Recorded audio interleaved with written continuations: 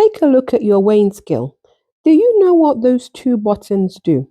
Well, first of all, there is the first button, which is the on button, and the one that says unit, that allows you to change to different units. So you can change from milliliters to ounces to grams so that you can measure things in different units.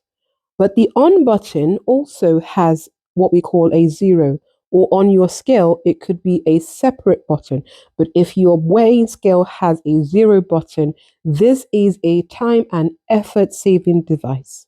The zero button allows you to weigh many ingredients using the same bowl so that you don't have to use multiple bowls to measure different ingredients. Now, I've put this bowl on the weighing scale.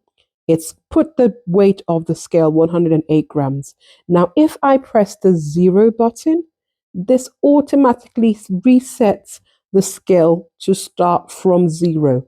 So now the scale takes into consideration the weight of the bowl, takes it out. It's now weighing from zero, so I can start to weigh my first ingredient.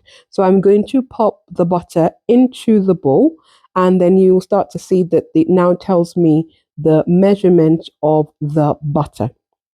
Now, before, what I would do is I would then take another bowl, or take the butter out, put it in another bowl, and then start to weigh my new ingredients. But I don't have to do that anymore. Once I've weighed the first ingredient, when I hit the zero button, the scale automatically resets itself to zero. So now I'm weighing from zero, and I can start to measure my next ingredient, which is the sugar. And you can do this repeatedly for many different ingredients. I hope that you are excited as I was when I learned this handy feature, and it saves you washing up, because we know that we have a lot of washing up when we bake.